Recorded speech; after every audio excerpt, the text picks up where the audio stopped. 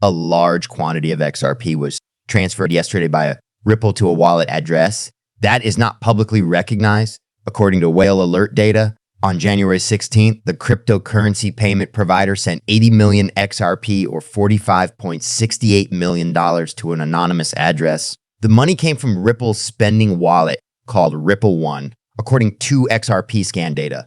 Not long ago, Ripple released 200 million XRP from its escrow accounts, which includes the tokens that were transferred. Ripple sells 80 million XRP. You may remember that on January 1st, 2024, Ripple released 1 billion XRP. A few hours later, the business sent 20 of the coin's 200 million XRP to its spending address and relocked 80 of the total 800 million XRP in escrow. To be noted, Ripple initially sent 100 million XRP to on January 7.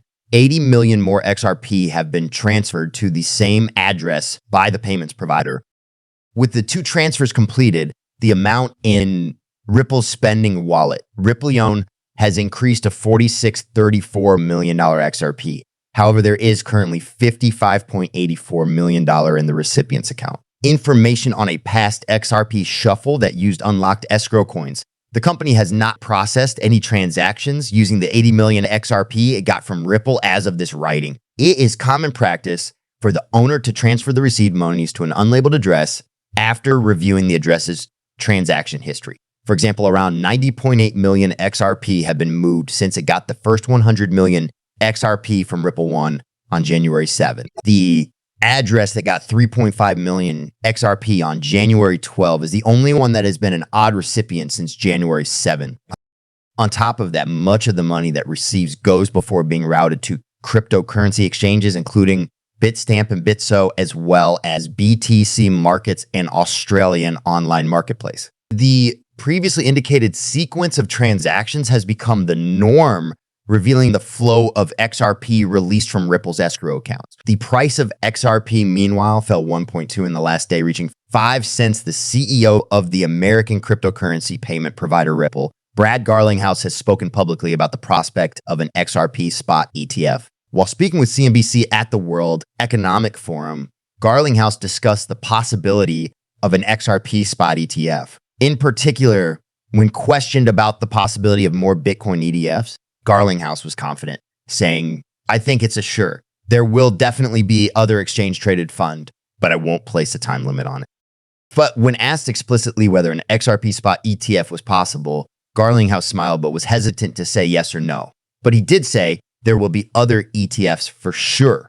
A more definitive answer was sought after by the CNBC host. So Garlinghouse admitted a knowing chuckle and remained on the subject, leaving room for conjecture. The cryptocurrency community has taken notice of the cautious approach taken by the Ripple CEO. Digital asset investor, a prominent ex-user, compared Garlinghouse's response to the BlackRock CEO's statement on the matter.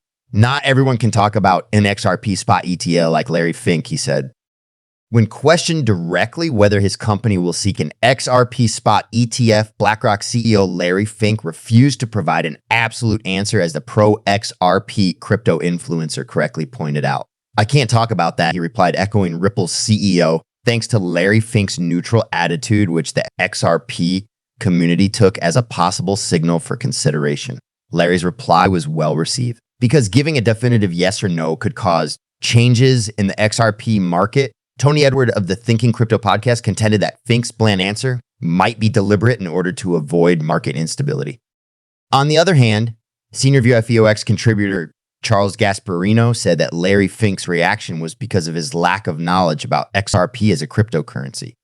When interpreting Fink's evasive response, Gasparino cautioned against jumping to conclusions. He went on to say that Fink's perspective on XRP could change in the future, so we shouldn't put too much stock in his present statement.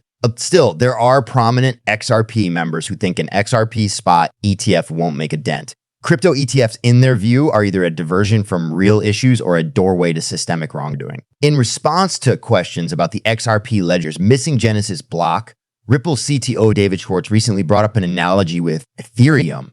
In response to Metamin's inquiries on the XRP ledger's peculiar beginning at block 32,569, Schwartz revealed the most recent details. Metamin expressed doubt and stressed the need for openness for XRP holders. Please tell me, has any blockchain ever lost its Genesis block? The XRP community member asked Schwartz on X. The chief technology officer of Ripple then made a comparison to the Genesis block issue on Ethereum. He brought attention to the fact that Ethereum does not publicly record transactions that occurred before its official launch. On August 3rd, 2016, a particular 2622 Ethereum transaction was highlighted by Schwartz, which involved nearly $6 million. He wanted to know, where was that Ethereum coming from? Where's the deal that clarifies it? During the creation of Ethereum, a member of the XRP community pointed to transactions that showed the transfer of 40,000 ETH.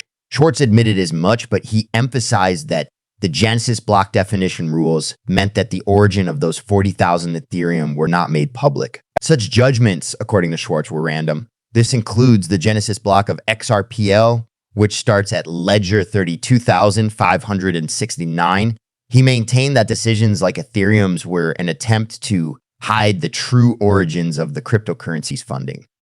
The chief technology officer of Ripple stressed that, from the viewpoint of the public blockchain, the 40,000 Ethereum tokens just appeared out of thin air when questioned if that was the case. On the other hand, he emphasized that Ethereum insiders know more about the subject. However, as one of the first architects of the XRP ledger, Schwartz verified that the chain's Genesis ledger did not contain any transaction. But he claims that 534 transactions were recorded in the first 32,570 ledgers, transactions that are likely lost at this point.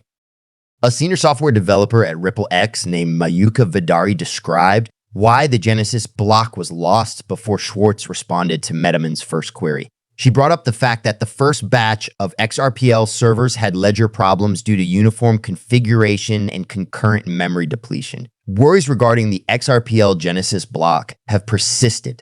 Questions about the Genesis block's peculiarities have been raised before. In the past, XRP's detractors have voiced their disapproval of the cryptocurrency's distribution model, speculating that there may be ulterior purposes behind the lack of early ledgers. Such assumptions have been repeatedly disproven by Schwartz. In October 2013, 1 year after the XRP ledger went live, a user on the Bitcoin Stack exchange site posed a comparable question. The rationale for establishing the network at block 32,570 was something he wanted to know. In response to this question, Schwartz mentioned that ledger headers were lost due to a malfunction that affected Ripple servers. Due to a lack of information, ledger reconstruction was impeded even though data collection efforts were made. As far as typical XRPL users were concerned, he told them the missing ledgers did not matter.